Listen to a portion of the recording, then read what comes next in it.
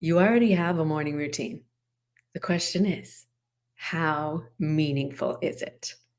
That's what we're going to be talking about today. How to create your own meaningful morning routine, why it is foundational for your success, for you showing up fully in your business during your launches, for you to really take some time and intentionally start your day in a place of alignment, and how you can do that, and why I think it's so important, and how I was inspired to create my morning routine after I accidentally adopted a Hawaiian rooster named Chirpy.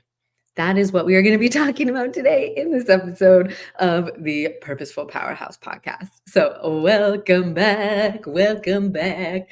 So, yes, I think there's a few reasons why morning routines have been talked about for a long time. There's a few reasons why super uber duper successful people that you probably have heard of before, like Oprah Winfrey, Tony Robbins, Brandon Bouchard, Ariana Huffington, are huge advocates for morning routines because they allow you to start the day by bringing your focus back to your vision, back to your goals, starting in that aligned energy, taking some time to focus your mind, take control of your mind. Oftentimes they include movement, meditation, visualization, journaling. Again, they're all customizable. And the other thing is, no, they don't have to happen at 5 a.m. There's a huge 5 a.m. club, and that's cool. But the thing is that the most important thing about a morning routine, and this is the question I get a lot, is what's the best morning routine?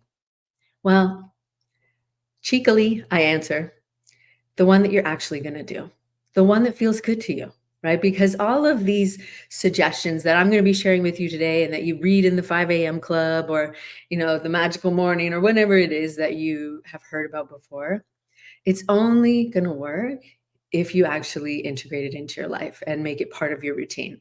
Because let's go back to the fact that whether you have a morning routine already that includes yoga and movement and breath work and all of those things, or your morning routine includes grabbing your phone and going right to Instagram and checking your DMs and your notifications and scrolling through that for a minute, and then going to Facebook, and then going to email, and then maybe going to TikTok, who knows?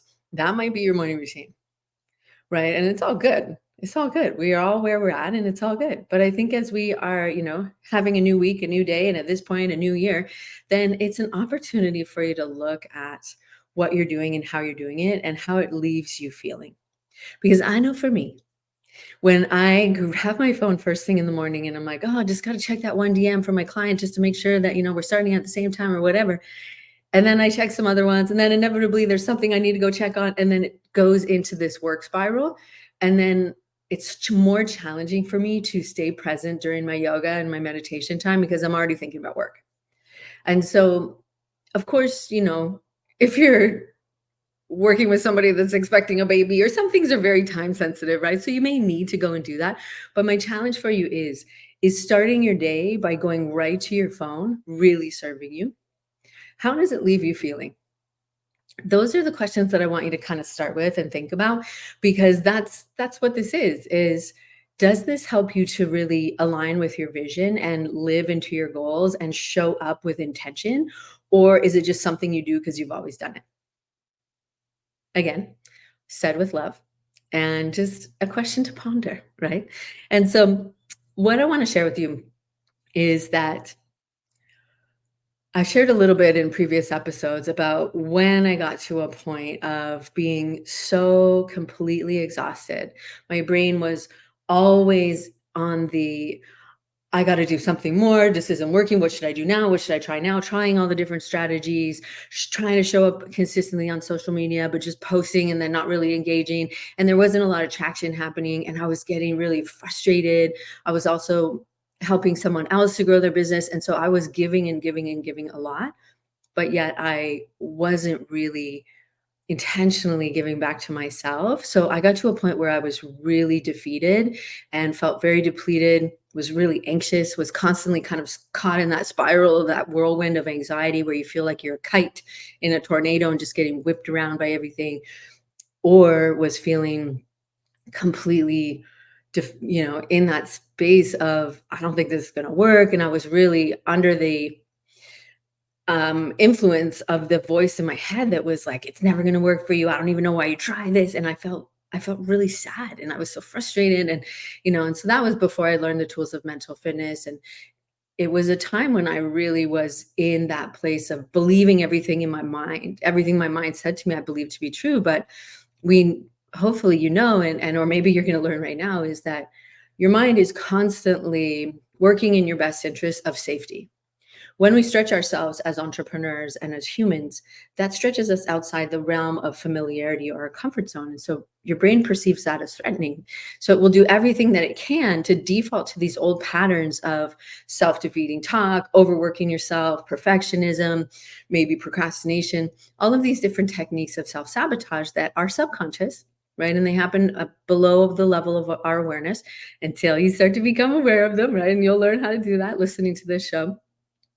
But I was really just under the influence of my mind. And as such, I was really, really struggling personally, professionally, financially, in relationships. I was ready to, wave the white flag and throw in the towel. And so there I was outside on the lanai, on the patio, and like in that moment of, this isn't going to work. It's never going to work. I don't know what I'm doing. What's the fuck? I don't know. I don't know. I'm not cut out for this. Maybe I should just quit. And I had a moment of realization when my heart spoke to me and said, "This isn't your path. There's more for you. You're a warrior. You'll find the way." And I was sitting with that and I thought, "What? I don't know. I don't feel like a warrior right now." And instantly my brain just went right back into that, like, you know, what's the point of this? What does this even mean? And you're not a warrior and all that stuff. And so I yelled out, "Stop." And I asked for help. I asked for guidance. I asked for support from the universe. I believe the universe is constantly interacting with us and there to support us. And so I said, "I don't know what this means, but you're right. I don't want to go on like this. I can't go on like this. This is not why I started a business. This is not sustainable. It's not fun. And please send me some help and some guidance." And so, true to form, I kept plodding along, doing the same thing over and over. A couple days later, I'm out there on the lanai, and I'm thinking, "Man, this is so hard. I don't know what's up," and like still in that spiral, and still in the funk, if you will, and was really in it. And a family of little baby chicks came trotting into the yard. Chicks and a mama hen. So I live on Maui, and so this isn't a, weird occurrence because we have chickens and roosters everywhere. And, if you've been to Hawaii or you've been to a warm climate, you probably noticed like there's a lot of chickens.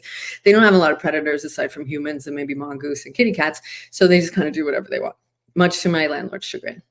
And so I'm out there and oh yeah, the other thing, I'm mildly terrified of birds. When I was 5 years old, my parents took me to see The Birds by Alfred Hitchcock. And all I could see in this very first 3D movie that I ever saw in my whole life was the beaks and the talons flying towards me. And I was terrified. I started crying, I was shaking, and we left the movie because I was raised in a Catholic family, so I don't know what the hell we were doing watching an Alfred Hitchcock movie in 3D, but my dad wanted to see it, and so, anyways, it left a mark. So fast forward however many decades, and I'm sitting in the backyard, and this little mama hen and the baby chicks, beep beep beep, so cute, peeping their way through the yard, and I'm all, "Okay, that's nice. You just stay over there." They're so small and fluffy, but the beak on the mum and the talons, it's a little bit triggering. I'm definitely working on it. I'll probably do a whole other episode of how it's really evolved into an expression of my own self-acceptance and self-love, but I digress. So baby chicks are there, and I'm like, "Oh, this is so cute. Here we go, here we go." And so a couple days later, I'm watching them. I love animals. I just have always loved animals. So I'm watching them. They're so cute. They're so fluffy, and they're just peep peep peep all through the yard. A couple days later, there's no mama hen, and I'm thinking, "Uh-oh, something's happened."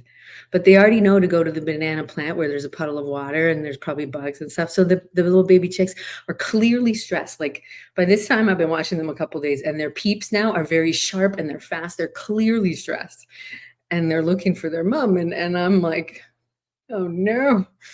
This isn't good. Something happened to the mama hen. I don't know what to do. So there's me, still a little scared, a lot scared, I should say. But I'm out there and I'm being a little brave. And I'm going out there, outside by the banana plant and sprinkling down some quinoa and some gluten-free breadcrumbs, and they're loving it. And they start following me around the yard. I'm still a little scared. I was getting a little brave because they're so cute. Like they were like in your hand, sort of small, like you could put them in your hand. I didn't touch them, but they were small. So, they start following me around the yard. I'm super freaked out. I'm sure it was quite the scene. And so unfortunately, nature continued to take its course, and gradually there were fewer and fewer baby chicks until there was only one left. And I'm still feeding it because at this point, I've realized it's probably imprinted on me. It thinks I'm the mom. So it's coming up to the patio door and like beep, beep, beep, tapping this little beak. And my friends all know that I'm scared of birds. So it was kind of a funny joke. And I'm like, please don't let the chicken in the house. Anyways, one morning, there I am laying in my bed. And in that spiral of, let me know if this is relatable to you. I, for a long time, dealt with like middle of the night anxiety or AM anxiety, where you wake up at some point, either first thing in the morning, and your brain is already like, I don't know what you're doing here. This is like, what's going to happen today? I don't know what's even happening in your business. Like, why, and just that barrage of self-doubt and self-criticism and every mistake you've ever made in your life, your brain wants to talk about at 3 a.m. and it just causes that whirlwind of that stomach flipping feeling. Not the best way to wake up. So I'm in my bed and I'm in that swirling mess, and I'm, trying my best to shift my mind, but not really being successful at it. And then I hear it. A tiny little cock-a-doodle-doo. And I thought, wait a second. I don't have any roosters in my yard. And then it got a little louder. It was still a little scratchy. It's a little louder. And I thought, oh.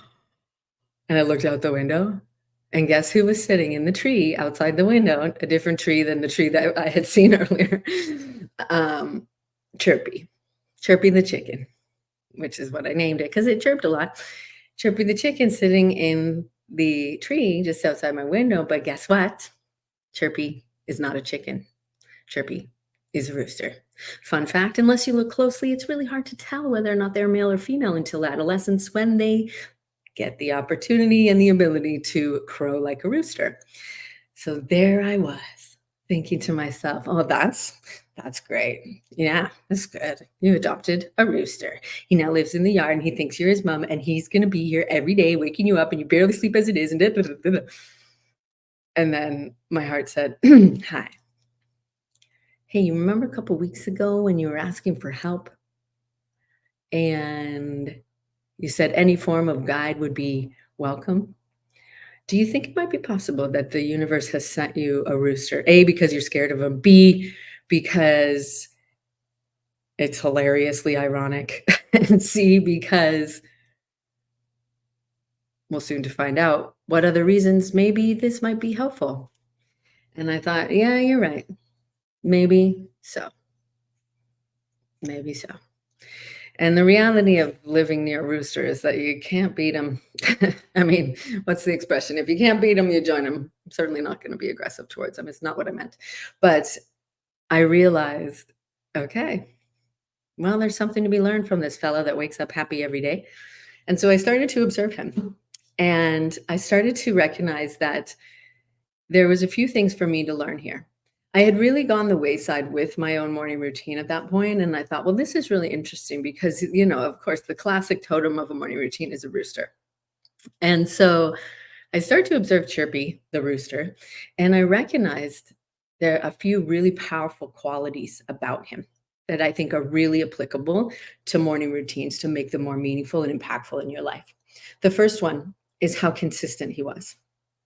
How every day he would wake up and celebrate the new day. That celebration is another quality. We are given this day. It's not guaranteed. He would wake up every day. I don't know if you heard that, but one of them just went in the backyard. He would wake up every day and celebrate, crowing to the new day. Oh, you can't even make this up. I don't know if you can hear it. I hope you can, but there's literally a rooster crowing in the backyard right now. I'm so happy. Celebrating each new day. right? So he would consistently celebrate each new day. And there's no other way that he could be anything but that because he was so deeply connected to who he was. He just was that, right? And that's something for us to remember because we get so in our head that we forget who we are at our deepest core and our truest essence. So, how can you connect back to that true inner guidance of your heart? Right. So connecting back to who you truly are and doing something, or maybe it's just those few things that do this, or maybe it's movement or dance or something that allows you to feel truly confident. Because I kid you not, he would just crow it out, fluff his little feathers, do a little shaky break, and then go strutting across the yard with incredible confidence. So that consistency of celebration and connection and confidence became such a guiding light for me that I thought, well, this is clearly why I've been gifted this rooster. This is clearly why I have them still living in my yard because for me, the morning routine had been, something that I'd used many times over to really come back into myself, to shift out of periods of sadness, to get grounded. And so I was still doing it, but as I mentioned, it wasn't particularly meaningful because I would just go out there and cry and swirl about in my head in the self-doubt and self-criticism and all of that. And then that's important. Of course, we always want to give ourselves the opportunity to process, but I was very much stuck in that pattern. And so seeing this about Chirpy, seeing that way that he just did this automatically every day and how powerful and potent it was for the way that he just showed up because it allowed him to truly show up that way every day. I realized that that's what makes a morning routine. That's what makes a morning routine more meaningful. Is that it allows you to align fully to the truth of who you really are, that aligns you to your vision of how you want to show up every day in the world. Because otherwise, we just go back on autopilot and we default to the very things that we did yesterday. Most of our thoughts operate as on a subconscious level, and they operate as the ones that we thought yesterday, unless we begin to use one of the pillars of being a purposeful powerhouse, and that is learning to think on purpose and be intentional with the way that you use your mind. And that's really powerful. So what I realized is that when you can begin to start your day with a more meaningful morning routine, it allows you to really do these things that are so essential of learning to think on purpose, to move your body on purpose, to keep it strong and healthy, right? Because there's loads of science that shows us that productivity increases significantly when we exercise in the morning because of the oxygenation through the body and through the brain. Also with posture, your confidence level, right? If we think about one of those C's from the Chirpy framework, of your confidence level is directly impacted when you feel strong and you feel grounded, you feel healthy. That changes the way that you show up into a meeting or a Facebook Live. It changes your body language. It changes the way people perceive you. Your energy is very different when you're in up, open, strong posture versus when you're weak and slumped. Right. I don't know if you can see me if you're watching, listening only to the audio, but I just basically collapsed, in my body. And it's it's really hard for me to talk normally because I can feel like it gets a little more creaky in the voice. So moving your body so that you can show up intentionally, so that you can show up feeling vibrantly energized and magnetic, authentically confident. So how do you create your own morning routine that is more meaningful, that aligns you with your vision? Well, the precursor to that is knowing what your vision is, right? What are your goals? What do you see for yourself and your business? What are you working on a monthly basis? I'm not big on a whole year plan. I like a singular focus, and then I go 90 days at a time because for me, it's easier for me to stay in that flow. Otherwise, I get overwhelmed and I stop. But anyways, what is your vision and what do you want to really focus on this year?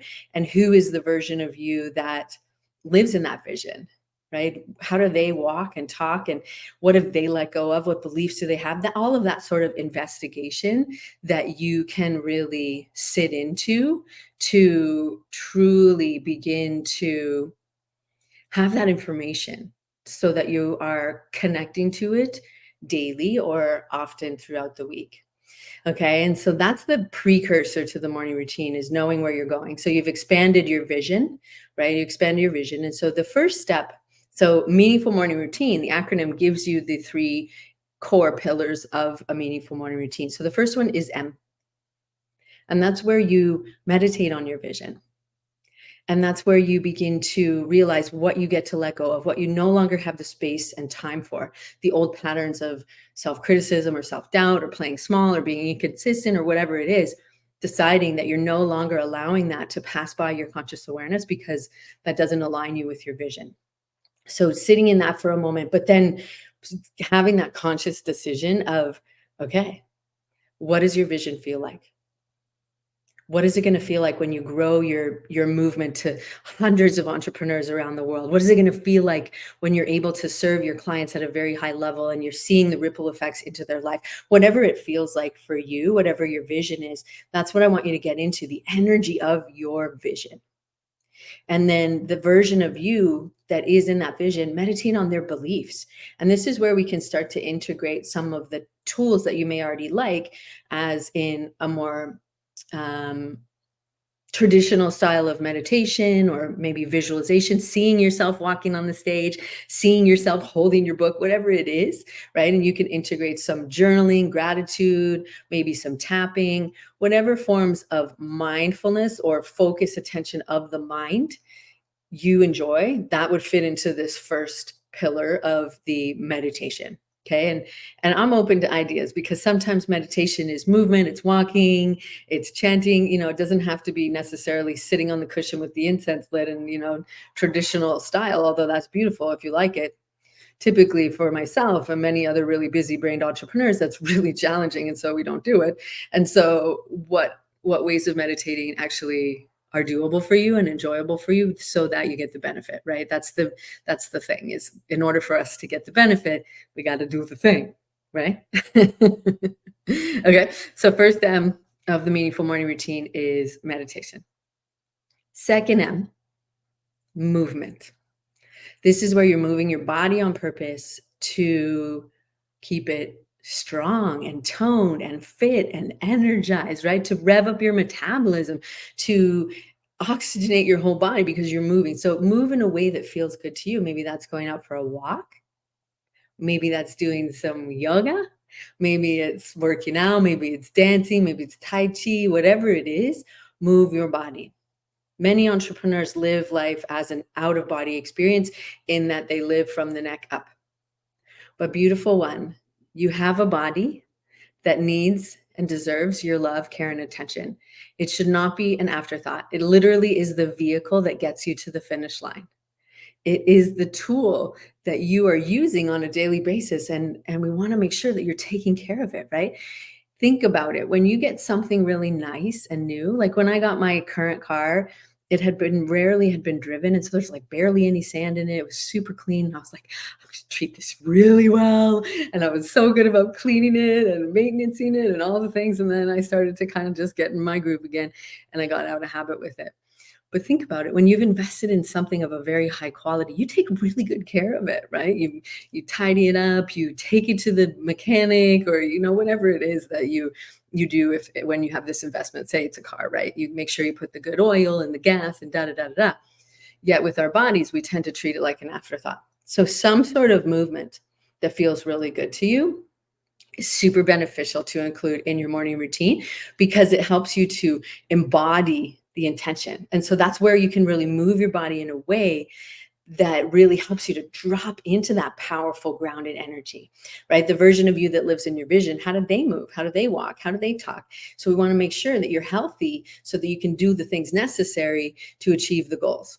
The being doing the doing is very important. And the being doing the doing has a body that deserves to be cared for. Right. So that movement helps you to do that.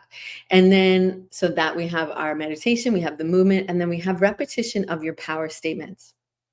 So power statements are much like affirmations or affirmations. I heard recently, what if something can be true? And so that we're having these statements to yourself, statements of fact, statements of belief that will help you to align your mind and integrate these new beliefs and new ways of being so that they become second nature to you, right? Because what we practice, we become.